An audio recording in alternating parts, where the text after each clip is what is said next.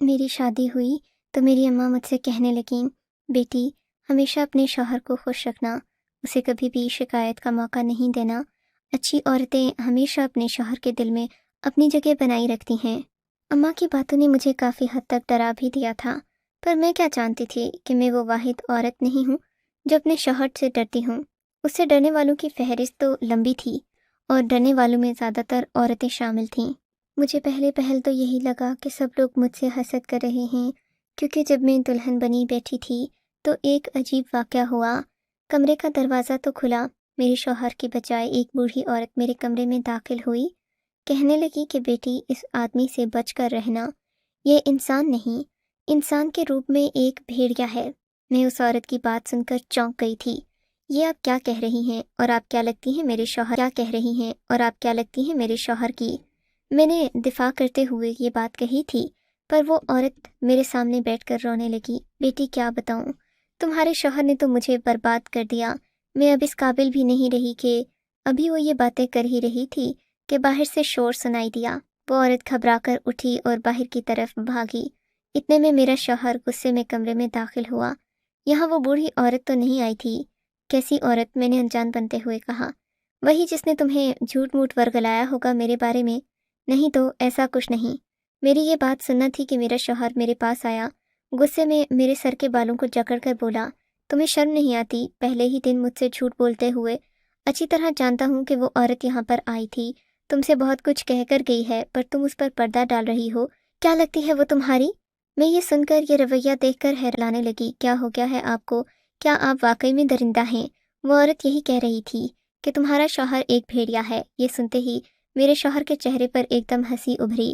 ہاں بس یہی تو سننا چاہ رہا تھا میں تم سے، میری پیاری بیگم، میری گڑیا۔ اس کا رویہ ایک دم سے بدل گیا۔ آپ نے اتنی سی بات سننے کے لیے مجھے اپنا اتنا بھیانک روپ دکھایا، مجھے تو واقعی میں یقین ہو گیا ہے کہ آپ ایک انتہائی ظالم انسان ہیں۔ میرا شوہر کہا لگا کر ہنس پڑا۔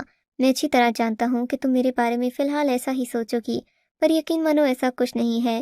یہ وہ عورت ہے جس نے میرے بہت سارے پیسے بھی دینے ہیں، پھر میں نے اس سے کچھ چیزیں خریدیں اور اس کو رقم واپس نہیں دی، تو اب یہ مجھے جا بجا بدنام کرتی پھرتی ہے کہ میں نے اس کی زندگی تباہ و برباد کر دی۔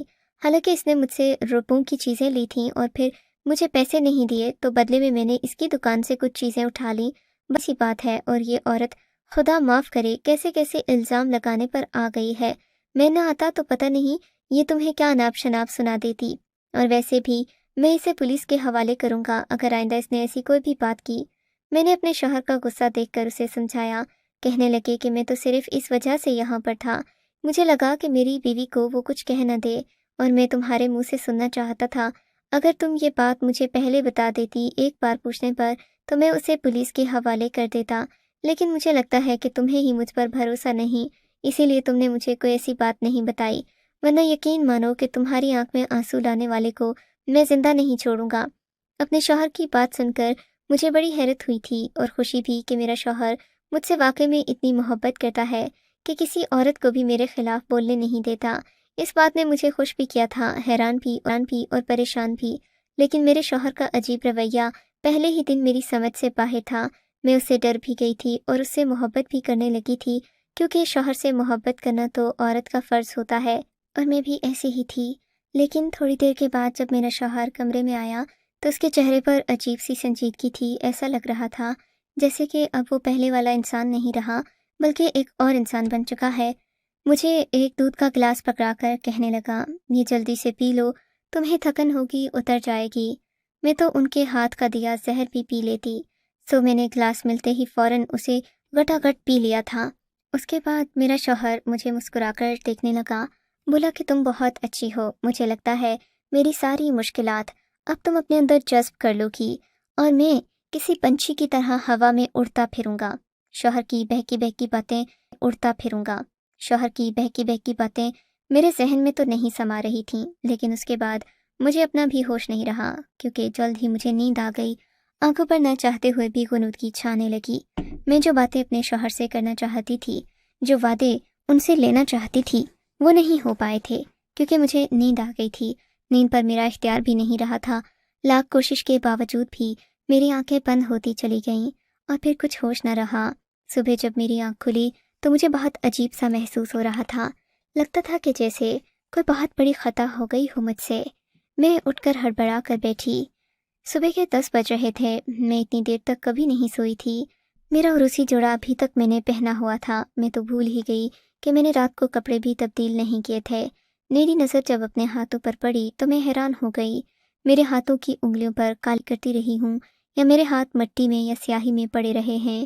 میرے ہاتھوں پر کالے کالے نشان تھے۔ کبھی لگتا جیسے یہ خون جمنے کی وجہ سے ہوا، تو کبھی مجھے کوئی اور شک ہوتا۔ بالآخر میں واپس غسل خانے میں گئی، ہاتھوں کو دھونے کی کوشش کی تو وہ کالی سیاہی میرے ہاتھوں سے اتر گئی تھی۔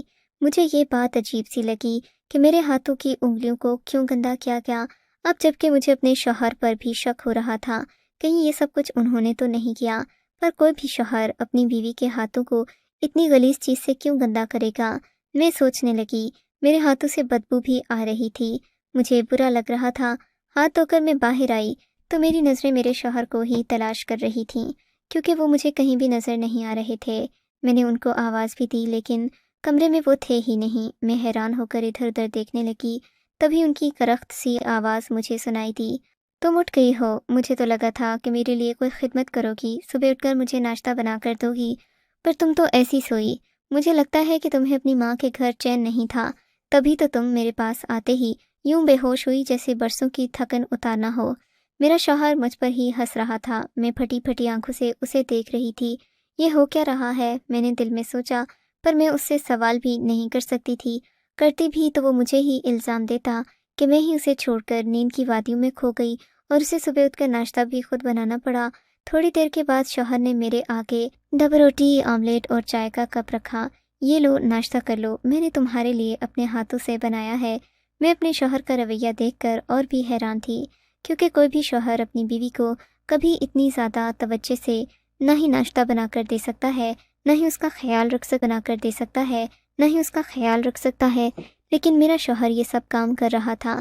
مجھے لگتا تھا جیسے وہ دنیا کا بہترین مرد ہو، اور فی الحال تو وہ مجھے ایسا ہی محسوس کروا بھی رہا تھا۔ میں نے ناشتہ کیا۔ میرے شوہر نے مجھے بڑی محبت پاش نظروں سے دیکھا اور بولے، چلو ابھی مجھے دیر ہو رہی ہے، میں کلینک جا رہا ہوں، امید ہے کہ تمہیں میرا کلینک جانا برا نہیں لگے گا۔ کیوں، آپ کیا ڈاکٹر ہیں؟ میں نے پوچھا۔ ہاں تو ڈاکٹر ہونا، تمہیں نہیں پتا، تمہارا شوہر اس شہر کا سب سے مشہور اور سب سے بڑا ڈاکٹر ہے۔ تمہاری زندگی میں کوئی بھی مسئلہ ہوگا تو میں اسے حل کر دوں گا۔ تم تو بہت خوش قسمت ہو جسے ڈاکٹر شوہر ملا، ورنہ آج کل تو ڈاکٹر لڑکے صرف ڈاکٹر لڑکیوں سے ہی شادی کرتے ہیں۔ آپ نے یہ بات میری اماں کو کیوں نہیں بتائی؟ میں نے پوچھا تھا۔ اس لیے کہ میں تمہاری ماں کو یہ سب کچھ بتا کر کسی بھی قسم کا لالچ جگانا نہیں چاہتا تھا۔ برا مت ماننا، تمہاری امی کی میں بہت عزت کرتا ہوں، لیکن بعض اوقات انسان کو حقیقی انداز میں سوچنا پڑتا ہے۔ تمہاری اماں سے مل کر مجھے ایسا ہی لگا تھا جیسے ان کو تھوڑا بہت لالچ ہو، اپنے ایک اچھے دولت مند داماد کی دولت پر تھوڑا سا حق وہ بھی جتانا چاہتی تھیں۔ بس اسی لیے میں نے تمہاری امی کو اپنی اس رتبے کے بارے میں نہیں بتایا، ورنہ تو سب لوگ میری عزت کرتے ہیں، اور میرے کام میں، میرے سٹاف میں کام کرنے والی سبھی عورتیں مجھ سے خوف کھاتی ہیں جیسے میں کوئی ہلاکو خان ہوں۔ یہ تو میں تم سے ہنس کر بات کر رہا ہوں، ورنہ یہ کسی کسی کو ہی نصیب ہوتا ہے۔ میں اپنے شوہر کی تو دیوانی ہی ہو گئی تھی۔ میں یہ نہیں جانتی تھی کہ وہ اس شہر کے سب سے مشہور ڈاکٹر ہیں۔ میں نے ان کو یقین دلایا کہ میں ہمیشہ ان کی وفادار رہوں گی۔ میں ساری باتیں بھول بھال گئی تھی۔ رات کو جو بھی میرے ساتھ پیش آیا اب تو مجھے یاد ہی نہیں رہا تھا۔ اپنے شوہر کا عجیب رویہ بھی میرے ذہن سے نکل چکا تھا۔ حقیقت میں سمجھ چکی تھی کہ جب مرد محبت کرتا ہے تو وہ پھر محبت رچانے کا ڈرامہ صرف شادی تک ہی کرتا ہے۔ شادی کے بعد مرد سچی محبت ہی کرتا ہے، کیونکہ اسے بیوی سے کوئی مطلب نہیں ہوتا، وہ اس کی دسترس میں ہوتی ہے۔ پر پھر بھی اگر شوہر محبت سے پیش آئے تو یہ واقعی میں اس کی محبت ہوتی ہے۔ میں بھی بہت خوش تھی۔ میں نے سوچا اگلے ہی دن جا کر اماں کو ساری بات بتا دوں گی کہ میں اس شادی سے خوش ہوں۔ اماں کو میری بہت ڈر تھا کہ پتہ نہیں شادی کے بعد میں اپنی خوشیاں منا پاؤں گی یا نہیں، لیکن اس سے پہلے کہ میں اپنی ماں کے گھر جاتی، میرے شوہر نے مجھے ایک عجیب بات کہی۔ کہنے لگے کہ تم بھی میرے ساتھ میرے کلینک چلو، تم بہت کچھ سیکھو گی وہاں، اور میں تو یہی چاہتا ہوں کہ میں تمہیں ایک لیڈی ڈاکٹر کے روپ میں دیکھوں۔ تمہارے پاس تو ڈگری بھی ہے، تم نے ہاؤس جاب نہ کر کے غلطی کی ہے۔ شوہر کی یہ بات سن کر میں چپ ہو گئی تھی۔ بات تو ایسی ہی تھی، میری میڈیکل کی تعلیم ادھوری رہ گئی۔ اس کے بعد میں نے مزید تعلیم حاصل نہیں کی۔ میں چاہتی تو ایک اچھی ڈاکٹر بھی بن سکتی تھی، پر ہمارے پاس اتنے پیسے نہیں تھے، سو میں نے وہ کام چھوڑ کر ایک بیوٹیشین کا کام کرنا شروع کر دیا تھا، کیونکہ میں اپنی اماں پر کوئی بوجھ نہیں بننا چاہتی تھی۔ میں چاہتی تھی اپنی زندگی کے سارے خرچے خود ہی پورے کروں۔ ابا کی وفات کے بعد میری اماں بہت اکیلی ہو گئی تھیں، سو میں نے ایسا ہی کرنا شروع کر دیا تھا۔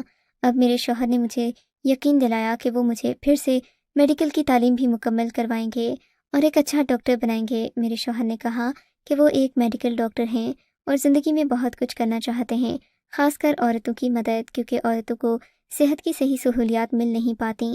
اسی بیچ میں میرے شوہر نے ایک بار پھر مجھے میری ماں سے ملنے سے منع کر دیا تھا، جبکہ میں پریشان بھی رہتی تھی، لیکن وہ ایسی کوئی بات کر دیتے کہ میرا جانا موقوف ہو جاتا۔ ابھی تک میرے شوہر نے مجھے اپنے کلینک کا راستہ تو نہیں دکھایا تھا، لیکن وہ باتیں بہت کرتے کہ میرے کلینک میں عورتیں آتی ہیں اور ان سبھی عورتوں کے علاج کے لیے مجھے اب ایک نرس کی ضرورت ہوگی۔ میں یہ سن کر بہت پریشان ہو جاتی تھی کہ اکثر ڈاکٹر لوگوں کی زندگیوں میں کوئی نہ کوئی عورت آ جاتی ہے، کیونکہ اس شعبے میں عورتوں کی اچھی خاصی بہتات رہتی ہے۔ اسی لیے میں پریشان بھی تھی، پر میرے شوہر نے مجھے تسلی دی کہ وہ جلد ہی میرے کہنے پر کلینک کو گھر میں ہی منتقل کر دیں گے۔ وہ بالکل بھی نہیں چاہتے کہ میں ان کی وجہ سے پریشان ہوں، حسد میں مبتلا ہوں اور خواہ پورا دن ان عورتوں کے بارے میں سوچتی رہوں جو میرے کلینک میں آتی ہیں۔ اپنے شوہر کی یہ محبت دیکھ کر میں تو حیران ہو گئی تھی۔ انہوں نے کہا کہ اب وہ باہر نہیں جائیں گے، بلکہ خواتین مریضوں کو یہیں پر لے کر آئیں گے تاکہ ان کا علاج بھی اچھے سے ہو سکے اور میں بھی کچھ سیکھ سکوں۔ پر دن بدن میرا شوہر بے تحاشا پیسہ کماتا، میرے پاس اکثر ہی آتا تو ان کے پاس ہزاروں روپے کے نوٹ ہوتے۔ میں پوچھتی کہ یہ کیا ہے، کہنے لگے کہ یہ وہی پیسے ہیں جو کہ میری ان مریضہ عورتوں نے دیے ہیں جو بعد میں اس گھر میں آ کر آپریشن کروانا چاہیں گی، اپنے علاج کے پیسے ہی دیے ہیں انہوں نے۔ میں حیران تھی، کوئی بھی اپنے علاج کے پیسے ایڈوانس کیوں دے گا؟ یہ بات میری سمجھ سے باہر تھی۔ خیر میں نے اپنے شوہر سے کہہ دیا کہ ٹھیک ہے، خواتین مریضوں کو میں دیکھ لوں گی، آپ کسی طرح اپنے کلینک کو یہاں منتقل کریں۔ میرا شوہر اکثر مجھ سے ہنستے ہوئے کہتا کہ اگر میں کسی عورت میں دلچسپی لینے لگا تو مجھ سے مت کہنا، اس لیے تمہیں خود ہی عورتوں کے امراض کا علاج سیکھنا پڑے گا۔ لیکن میں نہیں جانتی تھی کہ یہ سب کرتے کرتے میری اپنی آخرت برباد ہو جائے گی۔ 2-3 دن کے بعد شوہر نے ایک نیا کمرہ بنوانا شروع کر دیا۔ میں نے پوچھا کہ یہ کیا ہے؟ کہنے لگے کہ یہ تو ہمارا کلینک ہوگا جہاں پر خواتین آئیں گی اور تم ان کا علاج کرو گی۔ میں علاج کروں گی، آپ کسی لیڈی ڈاکٹر کو بھی تو بلوا سکتے ہیں جو میری مدد کرے، میری میڈیکل کی تعلیم بھی مکمل نہیں۔ میری بات سن کر وہ غصے میں آ گئے۔ ہاں تو کیا ہو گیا، تم نے کون سا علاج کرنا ہے؟ علاج میں ہی کروں گا، لیکن تمہارے کام بہت سارے ہیں جو اس کلینک میں تم کر سکتی ہو، اور ویسے بھی میں یہ سب کچھ اس لیے کر رہا ہوں تاکہ تمہیں اچھا محسوس ہو، تم ایک بار پھر ڈاکٹر بن کر وہ سارے جذبات محسوس کرو جو تم کرنا چاہتی تھی۔ مجھے تم سے کوئی غرض نہیں ہے، میرے مریض اتنے ہیں کہ میں نہ بھی کہوں تو وہ سارے کے سارے مجھے بلا وجہ ہی پیسے دے کر چلے جائیں گے، ان کو میں کچھ بھی کہوں تو وہ خرید لیں گے۔ میں اپنے شوہر کی باتیں سن کر ان کی مزید احسان مند ہو گئی۔ میں نے کہا مجھے معاف کر دیں، مجھے یہ ناشکری جچتی نہیں ہے، اب آپ جیسا کہیں گے میں کروں گی۔ اگلے ہی دن میرے شوہر نے مجھے خوشخبری سنائی کہ وہ کلینک کو ہمارے گھر میں منتقل کر چکے ہیں، اب بس مجھے ان سے تھوڑا بہت کام سیکھنا ہوگا۔ لیکن انہوں نے مجھ سے میرا ہاتھ پکڑ کر ایک وعدہ لیا، کہنے لگے کہ تم کچھ بھی ہو جائے اس وعدے سے پھرو گی نہیں، جیسا میں کہوں گا ویسا ہی کرو گی، کچھ عرصے میں تم بھی پیسے کمانا شروع کر دو گی، لیکن تمہیں ان سارے قوانین کے اوپر پابند رہنا ہوگا تاکہ ہمیں کسی قسم کا نقصان نہ ہو۔ کہنے لگے کہ کچھ بھی ہو جائے تم ان مریض عورتوں سے بات نہیں کرو گی۔ میں نے پوچھا کیوں؟ کہنے لگے وہ اس قابل نہیں ہوتی، میں تمہیں خواہ کے جھنجھٹوں میں نہیں ڈالنا چاہتا، بہتر ہے کہ جتنا تم سے کہا ہے اتنا ہی کرنا۔ میں نے کہا مجھے اس سے زیادہ اور کچھ نہیں چاہیے، آپ نے اپنی محبت جتا دی اور میں کسی چیز کی طلبگار نہیں ہوں۔ رفتہ رفتہ زندگی بدلنے لگی قدر کہ مجھے ہوش ہی نہ رہا کہ میرا شوہر مجھ سے محبت کرتا ہے یا نہیں، بس وہ جو کہتا میں کرتی جاتی۔ اب میرا شوہر مجھے کلینک میں لے کر جاتا، وہاں پر کبھی 2 اور کبھی 3 عورتیں ہوتیں، میں ان سے ان کا مسئلہ نہیں پوچھتی تھی، بس انہیں یہی کہتی کہ آپ کا علاج ہو جائے گا، یا چند رٹی رٹائی باتیں جو میرے شوہر نے مجھے بتا رکھی تھیں اور سختی سے ہدایت کی تھی کہ میں کسی عورت سے اس کے سوا کوئی بات نہ کروں۔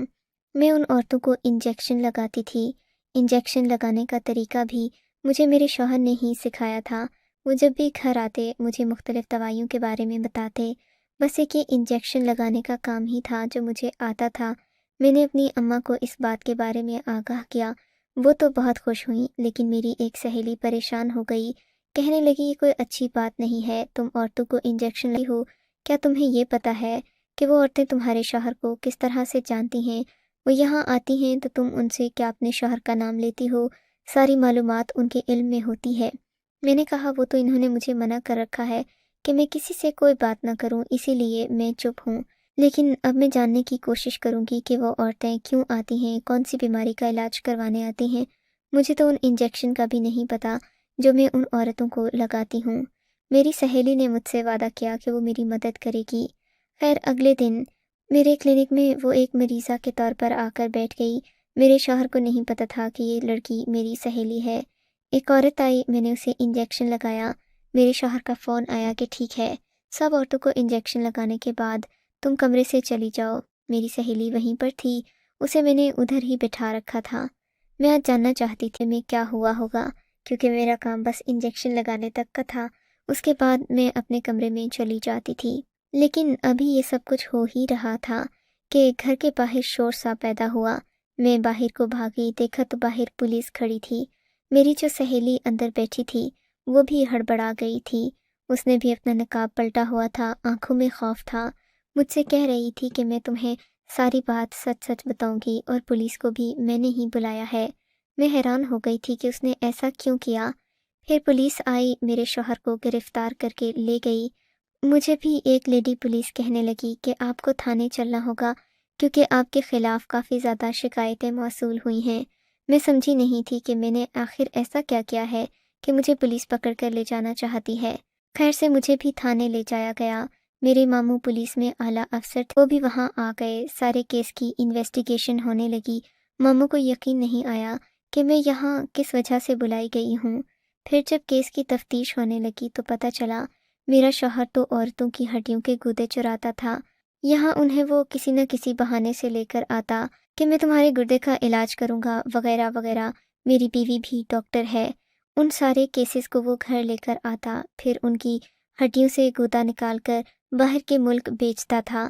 اس بات کا کسی کو کانو کان علم نہ ہو سکا، یہاں تک کہ میری ایک سہیلی جو ڈاکٹر تھی اس نے آ کر اس بات کی تحقیق کی، اور جس دن میں ان عورتوں کو انجیکشن لگا کر اندر گئی، میری سہیلی نے انجیکشن پر لکھا نام پڑھ لیا، اسے سب باتوں کا اندازہ ہو گیا۔ کلینک میں موجود ہڈی کے نکالے گئے گودے بھی وہ دیکھ چکی تھی۔ اس کو بھی پہلے پہل یقین نہیں آیا، پھر اس نے پولیس کو کال کر کے ساری حقیقت بتا دی۔ میرے شوہر کا لائسنس بھی کینسل ہو گیا اور عدالت نے سزا بھی دے دی۔ ایسے میں ایک جرائم پیشہ شخص کے ساتھ رہنا میرے لیے ممکن نہیں تھا، سو میں نے بھی اس سے طلاق لے لی۔ خدا ایسے لوگوں کو کبھی بھی زندگی میں کامیابی نہیں دیتا، ایک نہ ایک دن ضرور پکڑے جاتے ہیں۔